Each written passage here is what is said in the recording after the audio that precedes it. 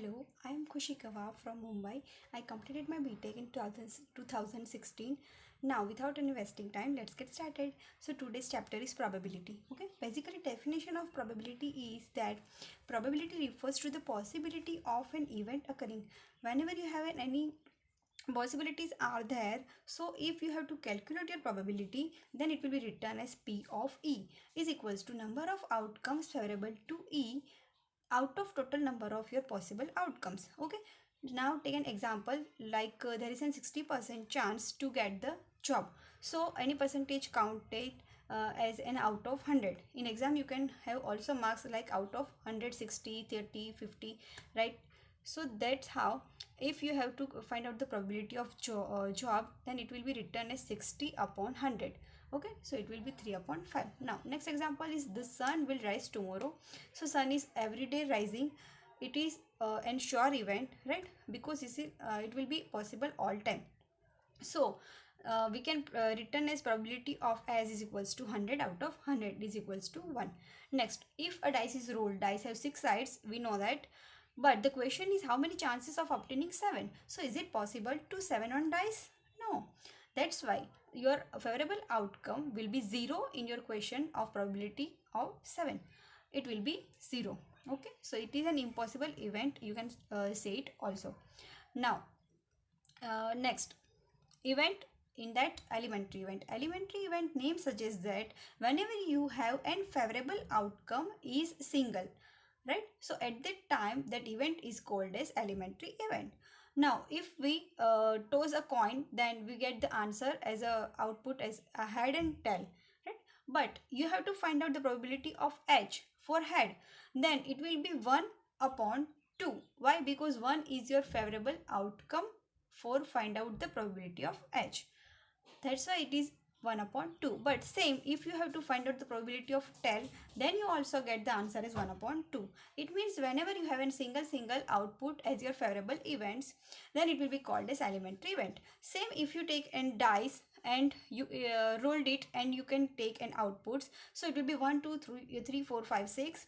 But if you have to find out the probability of any number in that bracket, so find out P of 1, same you can get 1 as a one time, 2 as a one time, 3 as a one time, so it will be called as elementary event. Next, compound event. So it is totally inverse to your elementary event. Whenever you have multiple output as your favorable events, so it will be called as compound event. Okay, so if you have taken a probability of P of even number, then how many even numbers are there in your bracket? 2 4 6, right? So 3 numbers are there. That's why it is called as an compound event. And probability of an even number, either P of odd number, it will be 3 upon 6 and the answer will be 1 upon 2. Next, impossible event. Name also suggests that something in impossible occurring in your life, and the event of that calculating, it will be impossible event. So if we again toss a coin and we get the output as H and T, because head and tail.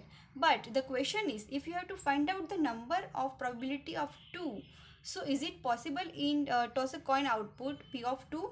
No. That's why the favorable event of finding P of 2 is equals to 0. So answer will be 0. Okay, any impossible event you can get answer 0.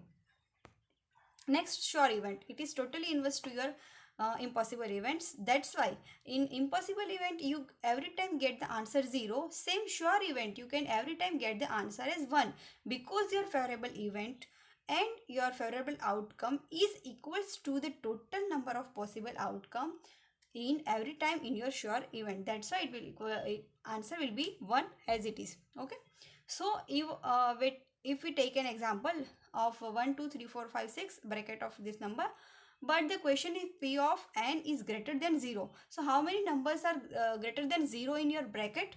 There are 6 numbers, right? All are greater than 0. That's why written as 6 upon 6 is equals to 1. In sure event, every time is possibility to get the answer 1. It is 100% sure. Okay. Now if you have to find P of H or T, it means output either head or tail. or is there. That's why the answer is equals to 2 upon 2 and you can get the answer 1. Equally likely outcome, it means the name suggests that whenever you have equal outputs are there in any event of probability, then it will be called as equally likely outcomes. Okay. Now again we take an example of toss a coin and get the probability of edge and probability of tail.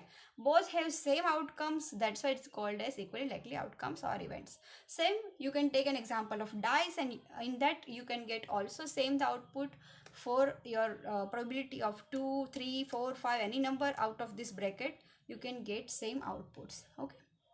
Now, range of probability of an event. So, range itself suggests that it will be something in boundary. So, whenever your probability range is there, your minimum range will be 0 and maximum it will be 1, because impossible events are there, and which is the answer always be 0. And sure event, it means 100% possibility to your event occurring, it will be 1. Okay, so your range will be 0 minimum and 1 greater than. Now example we can take, that is deck of cards. I written as total number of cards, red cards, black cards. You also written in your exam like this format, so it is easy to solve you in your short time example. Okay, but I find out 3 example in this deck of cards. You can solve many example by this. P of 7, how many numbers are there in 7 as your deck of cards? 4. So it is 4 out of 52, it will be 1 upon 13. Same, if I have to find probability of red color cards, so red color cards how many are there? 26. So 26 denominator 52, I can get the answer 1 upon 2, because 26 2s are 52. Then if I have to find out the face cards of probability, so how many face cards are there? There are 12 face cards, right? So 12 out of 52 is equals to 3 upon 13. Okay, so this is an example of deck of cards. There is several example more are in your exercise also, you can calculate through it. Okay, thank you.